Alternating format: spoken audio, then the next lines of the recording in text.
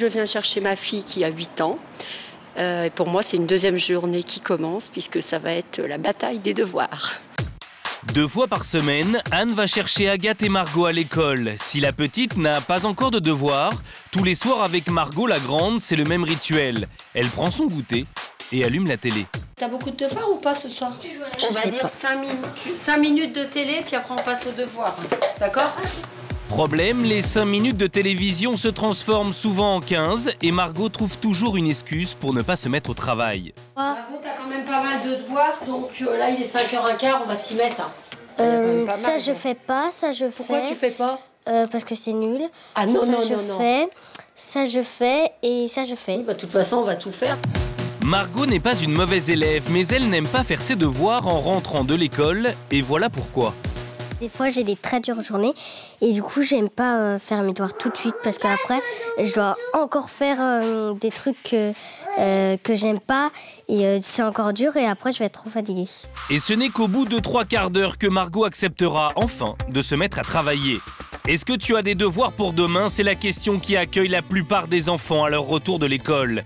Et bien souvent, c'est une bataille qui commence car beaucoup de parents ont du mal à remettre leurs enfants au travail. Mais il existe des solutions. Nouvelles méthodes de mémorisation, aide extérieure ou encore parents plus que jamais présents. Voici quelques idées pour motiver vos petites têtes blondes à faire leurs devoirs. Emmanuelle est l'auteur d'un ouvrage pour aider les enfants à travailler. Aujourd'hui, elle apporte son expérience et ses conseils à Anne, la maman de Margot.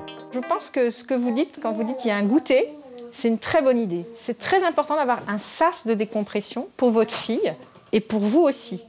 Mais la difficulté, c'est de mettre fin à ce temps-là, c'est qu'il soit bien limité.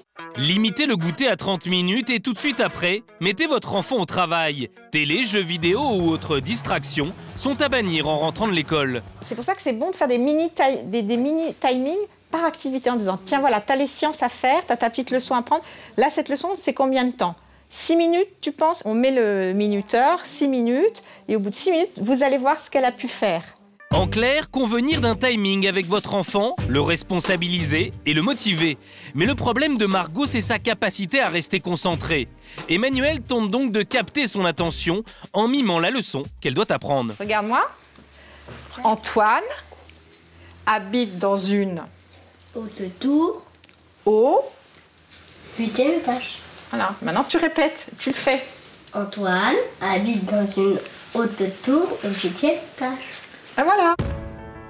Comme 5% des enfants, Margot a une mémoire kinesthésique, c'est-à-dire une mémoire des mouvements.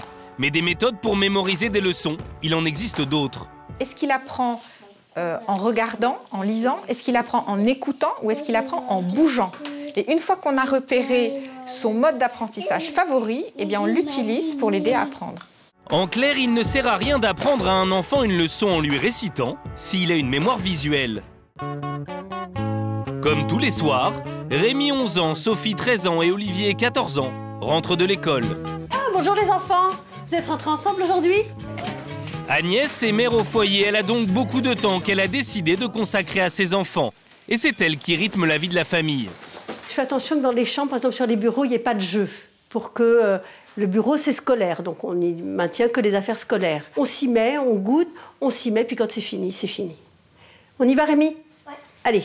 À 11 ans, Rémi est en 6e. Il a 1 an d'avance. Depuis tout petit, il a appris à apprendre. Résultat, cela ne semble plus du tout le gêner de faire ses devoirs. Une fois qu'on s'habitue à travailler, on travaille et puis c'est fait. Et après, on n'a plus le temps de détente. Tous les soirs, Agnès passe de chambre en chambre. Elle aide, elle écoute et soutient chacun de ses enfants. Et est-ce que tu as eu des notes? Là, ça fait longtemps que j'ai pas vu passer de notes. Ah bah si. Ah. Bonne ou mauvaise note, Agnès ne fait pas vraiment de différence. Pour elle, l'important c'est avant tout le travail de l'enfant. Je félicite pas qu'à 18 sur 20. Je félicite quand il y a eu un travail. Et puis je soutiens quand il y a eu une difficulté. Même si Olivier reconnaît avoir de la chance d'avoir une maman qui a du temps à lui consacrer, il aimerait bien parfois être un peu plus tranquille. Il y a des moments où on n'a absolument pas envie de travailler, donc quand maman elle arrive, elle nous dit de travailler. Là, on se dit ça aurait été mieux si elle n'était pas là en fait. Dernière mission, étudier le vocabulaire allemand tous ensemble. Agnès reconnaît qu'elle a un atout, du temps. Il faut que l'école, elle entre à la maison. Mais tous les enfants n'ont pas la chance d'avoir des parents aussi impliqués dans leur scolarité.